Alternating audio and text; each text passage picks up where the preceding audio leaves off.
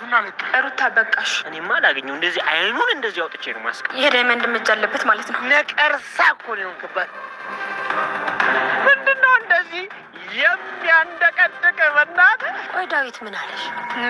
ምንም። አበበ ትላንት ይምጣ እንጂ እኮ አባቱ ወዳጃችን ናቸው። አይዛ ተረተራታችን ይዘ አላውቅም። እንትን ልቤ በጣም ፈርቷል። እንደዚህ ሰርቦ ለምን ሲኦል አይከቱሽ? ወይ ነገሮችን አስተካክለሽ ለምን እዚህ አትሆኚ? አቶ ጂኒ ምን አልክ አንተ? ኧረ እባክሽ በቃ እንደዛ ብቻ ነው ደግሞ ብለህ መሬት መንከባለል ጀመር። ጭራሽ ይቅርታ እንደምጠይቅ እንዴት ትናገራለህ? በጣም ከባድ ነገር ተፈጥሯል። አሪፍ ነገር አስባችኋል ማለት ነው። ብትሄድ ነው ይሻላል። የማይባል ነገር እኮ ነው እያልሻለሽ። ምን እያደረግህ ነው? አንተ ማን ስለሆንክ ነው ፍቅርን ከእጄ የወሰድካት? እና ታዲያ ሴት ልጅ ያለ ፍላጎቷ አስታስገድዳት ዝም ብዬ ነበር የፈለግከው? ዛሬ ዋጋን ይሰጣል።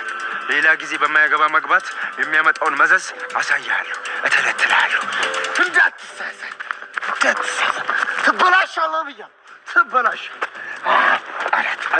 አላት። ያመመኝ ነው ልቀቀኝ። የያዝካትን ነገር ጣላትና ለቃለሁ። አንቺ እያሳመምከኝ ነው ልቀቀኝ። እንዳያመህ ከፈለክ ብቻ የያዝካትን ነገር ጣላት። ሩታና ዳይመንድ ቅምጥልን ሰርፕራይዝ ለማድረግ ተፍ እያሉ ይገኛሉ። የጓደኛዋ ህመም ያስጨነቃት አደይ አሁን የሌሊን የሕክምና ውጤት ለማጣራት ወደ ሆስፒታል እየሄደች ትገኛለች። በሌላ በኩል ደግሞ ይህ ጭንቀት እሱም የገባው ባቡሬ አሁን የሌሊን የሕክምና ውጤት ለማግኘት እሱም እንዲሁ ቁምሳጥኗን እናም ደግሞ ሙሉ እቃዋን እየበረበረ ይገኛል። ሌሊ በተደጋጋሚ ራሷን እየሳተች ሆስፒታል እንደምትገባ አይተናል። እናም ይህ ደግሞ በተደጋጋሚ ራሷን የሚያስታትን ምክንያት ለማወቅ አደይም ሆነች ባቡሬ እየጣሩ ይገኛሉ። ሰላም ጤና ይስጥልኝ ውድ ቤተሰቦቼ እንዴት ናችሁ? ደህና ናቸው? እኔ እግዚአብሔር ይመስገን በጣም ደህና ነኝ። በያላችሁበት ሰላማችሁ ይብዛልኝ እያልኩኝ እንኳን ወደ ቻናሌ በሰላም መጣችሁ። ለዚህ ዩቲዩብ ቻናል ደግሞ አዲስ ከሆናችሁ ላይክ፣ ሼር፣ ሰብስክራይብ በማድረግ ቤተሰብ ሆኑ። እንዲሁም ደግሞ ሀሳብ አስተያየትም ካላችሁ ኮሜንት ላይ አሳውቁኝ። ለዛሬው ደግሞ ሰራተኛ አደይ ፊልምን ክፍል 161 ይዤላችሁ መጥቻለሁ። እስከ ቪዲዮ ፍጻሜ አብራችሁኝ ቆዩ። ሮማን አሁን እገዛ የሚያስፈልገኝ ሰዓት ነው በማለት የፍቅርን እናት የምክር አገልግሎት እየጠየቀቻት ትገኛለች። እሱም ምንድን ነው እትዬ፣ ከዚህ በፊት የተፈጠረብኝ ነገር እኔ ላይ ጫና ፈጥሮብኛል። እናም ደግሞ ሰዎች ናቸው ትክክል ያልሆኑት ወይስ ደግሞ እኔ ነኝ ትክክል ያልሆንኩት እያልኩኝ ራሴን እየጠየቅኩ እገኛለሁ። እትዬ ይህንን ነገር እንድትመልሽልኝ እፈልጋለሁ ስትል ነበረ ጥያቄ የጠየቀቻት። የፍቅርም እናት አይዞሽ ሮማን፣ ምናልባትም ከዚህ በፊት የነበርሽበት ነገር ማለትም ትዳርሽ እናም ደግሞ ያሳለፍሽው ውጣ ውረድ ይሆናል ይህንን ነገር የፈጠረብሽ። አሁን ደግሞ ሌላ ህይወት ትጀምሪያለሽ። እናም ህይወት ደግሞ ይቀጥላል። አንዳችም የሚቆም ነገር የለም። ስለዚህ ተረጋግተሽ ወደ ራስሽ ተመልሰሽ በአዲስ መልኩ ህይወትሽን ጀምረሽ ትቀጥያለሽ በማለት ነበረ ሰዎች ሳይሆኑ የተሳሳቱት እሷ እንደሆነች እናም ደግሞ ያሳለፈችው ነገር እንደሆነ ተጽዕኖ የፈጠረባት እያንዳንዱ ነገር በእርጋታ ያስረዳቻት። ይህንን የሰማችው ሮማንም ቆይ ግን አሹን እየጎዳሁት ነው እንዴ? ምን ባደርግ ነው የሚሻለኝ? እያለችም ራሷን እየጠየቀች ትገኛለች። አሹም አደይና ዴቭን ለማግኘት ሄዶ እንደነበረ አይተናል። እናም ከዛ ሲመለስ እትዬ አግኝቻቸዋለሁ፣ ሌሊታማ ሆስፒታል ሄደዋል በማለት መልእክቱን ለማድረስ በገባበት ሰዓት ነበረ አሹ ተቀመጥ እናም ቡና ጠጣ ስትል እየጋበዘችው። አሹም ይህን ቡና ለመጠጣት አረፍ ካለ በኋላ አይኑ ከሮማን ላይ እንዳልተነቀለ አይተናል። እናም ሮማኔ እያለ በስስት ሲያያት ይገኝ ነበረ። ሮማንም አሹ ምንም ነገር እንዳትለኝ በማለት አፉን እንዲዘጋ ነግረዋለች። ነገር ግን አሹ እንዲህ የሆንሽበት ምክንያትሽ ምንድን ነው? አሁን እንድትነግሪኝ እናም እንድታስረጅኝ እፈልጋለሁ ሲል ሮማንን አፋጣት ይገኛል። በወጣች በገባች ቁጥር እየተከታተለ ያስጨነቃት ፍቅር አሁን ስለ ዳኒ ርቃ መሄድ ጀምራለች። እሱም ምንድነው ስለ ዳኒ አንዳንድ ነገሮችን ማወቅ እናም ደግሞ መረጃ መሰብሰብ ጀምራለች። እናም ዳኒ የቤዛ ወንድም መሆኑን ስታውቅ ቤዛ ናት ይህንን ነገር እያደረገችብኝ ያለችው እናም ደግሞ ዳይመንድም እንዲሁ እዚህ ነገር ውስጥ አለበት ማለት ነው ስትል ነበረ ከሩታ ጋር ያወራችው። ሩታ ዳኒ መንገድ ላይ ወድቆ አግኝተውት እንደነበረ እናም ዳይመንድ እሱን ለማገዝ ፈቃደኛ አይደለሁም ብሎ ጥሎት ሄዶ እንደነበረ ስትነግራት፣ ስለዚህ እዚህ ጉዳይ ላይ ዳይመንድም እጁ አለበት ማለት ነው ስትል ነበረ ፍቅር የደመደመችው።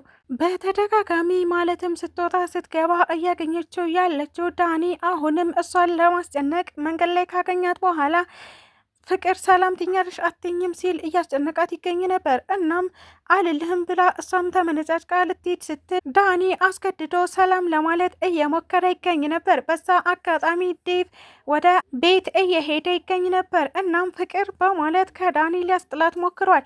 ነገር ግን ፍቅር አሁን የሌለ ታሪክ ፈጥራ ለዳኒ እየነገረችው ትገኛለች። እሱም ምንድን ነው ማን ነው ብሎ ሲጠይቃት ዴቭን ፍቅረኛዬ ነው በማለት ነበረ ለዳኒ እያስተዋወቀችው የምትገኘው። እናም እሷ ተስፋ ይቆርጣል ብላ በማሰብ ሳይሆን ለዴቭ ያላትን ፍቅር በዚህ አጋጣሚ ለመግለጽ እየሞከረች ነው። እናም ፍቅር ፍቅረኛለሽ እንዴ ሲልም ዳኒ ጠይቃታል። አዎ ዴቭ ማለት ፍቅረኛዬ ነው፣ እናም ደግሞ በቅርቡ ልንጋባ ነው ስትል ነበረ የማብራሪያ ምክንያቷን አብራርታ የነገረችው። ዳኒም እጅግ በጣም በመናደድ እሺ ፍቅር ፍቅረኛ ካለሽ ችግር የለውም፣ ድጋሚ አልጋተትሽም። እናም አንተ ደግሞ እንድታስቀይማት አልፈልግም፣ እንድትንከባከባት እፈልጋለሁ በማለት ነበረ ለዴቭ ማስጠንቀቂያ ሰጥቶት ካጠገባቸው ዞር ያለው። ፍቅርም ዴቭዬ እንኳን ደህና መጣህ፣ እናም በጣም ናፍቀኸኝ ነበር ስትል ነበረ በስስት የተጠመጠመችበት። ዴቭም ፍቅር ከነዚህ ሰዎች ጋር አትነካኪ፣ ይህ ሰው ማን ነው ብሎ ሲጠይቃት እሷም የቤዛ ወንድም ነው ስትል መለሰችለት። ድጋሚ ከቤዛ ጋር ምን አገናኘሽ? እናም ከነሱ ጋር በፍጹም አትነካኪ ሲል ነበረ እሱም እንዲሁ ያስጠነቀቃት። ሰውታ ስገባ እያስጨነቀኝ ነው፣ እናም ደግሞ ሊያስገድደኝ እየሞከረ ይገኛል። ዴቭዬ አፈቅርሻለሁ ነው የሚለው፣ እኔ ደግሞ በፍጹም ላየው እንኳን አልፈልግም ስትልም ለዴቭ አስረድተዋለች። ሄለንና አበበ አሁን ላይ የቤዛን ቤት ተከራይተው እንደሚኖሩ አይተናል።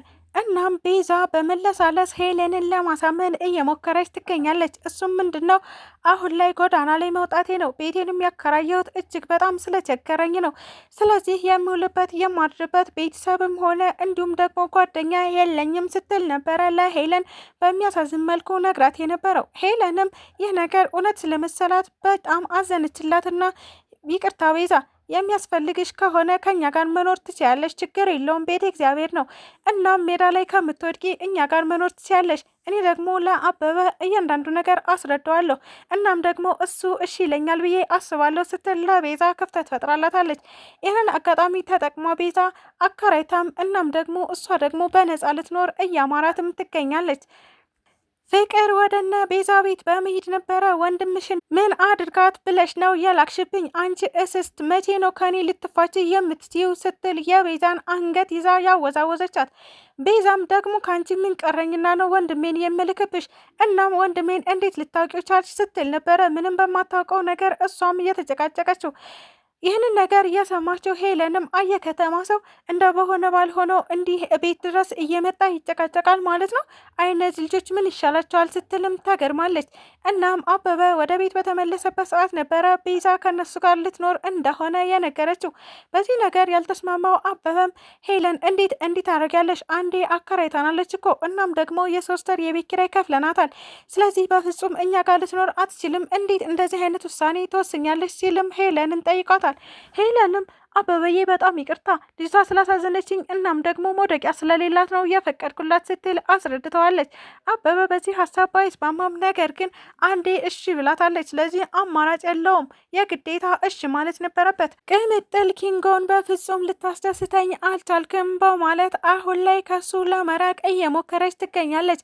ይህ ነገር ያስጨነቀው ኪንጎ በዙሪያው ላሉ ሰዎች ሁሉ ስለሱና ስለ ቅምጥል ከማውራት አልተቆጠበም።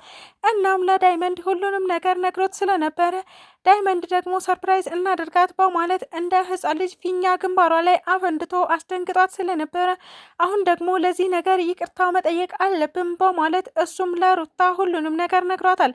ሩታም ሴት ነችና ምናልባትም የሴት ነገር ይገባታል ብለው በማሰብ ነበር። እሷም ደግሞ ልክ እንደ ሴት የተሰማትን ስሜት በመናገር እናም ቅምጥልን ሰርፕራይዝ እናድርጋት፣ ቤቷም እንግባ፣ ቤቷ ገብተንም አንዳንድ ነገር እናዘገጃጅ በማለት ነበረ እንግዲህ ሰርፕራይዝ እንዲያደርጓት የተስማማችው። እናም ቅምጥልን ከቤት አስወጣልን በማለት ዳይመንድና እሷ ቤት ውስጥ ለመሄድ እየሞከሩ ይገኛሉ።